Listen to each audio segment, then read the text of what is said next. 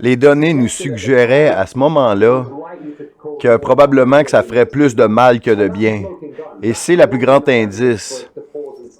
Donc, ça aurait été suffisant pour arrêter la vaccination. Mais mon plus grand problème, à part des myocardites, c'est, selon les données, ce qu'on a appris, c'est que les gens entre 16 ans et 39 ans, selon l'étude d'Israël, il y a une augmentation de 25 d'une manière totale des crises cardiaques associées au vaccin, mais pas au COVID.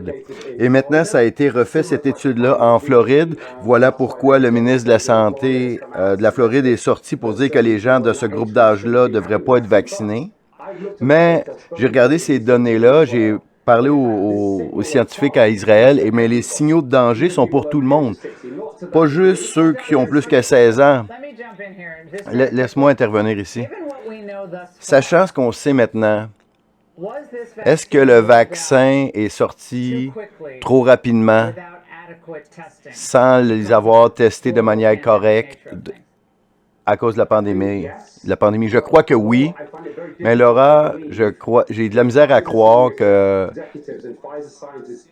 les scientifiques de Pfizer ne savaient pas ça quand c'est sorti parce qu'ils avaient accès à ces données-là.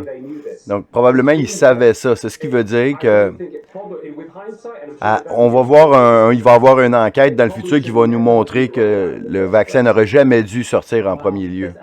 Bon, si c'est le cas, c'est un scandale global. On a couvert ça depuis presque le jour 1, un scandale global. C'est aussi gros que ça peut être. Laura, c'est probablement la plus grande erreur de l'histoire de la science. Et que ça a fait des grands dommages à la démocratie et puis la perte de confiance des gens envers la médecine, c'est incroyable. Et puis, j'ai demandé au Parlement britannique d'arrêter la vaccination parce que le plus long que ça va continuer, le plus de dommages que ça va faire, le plus long que ça va être dur d'avoir la confiance des gens. Donc, c'était Capitaine Cosmos à la traduction pour les diffuseurs live.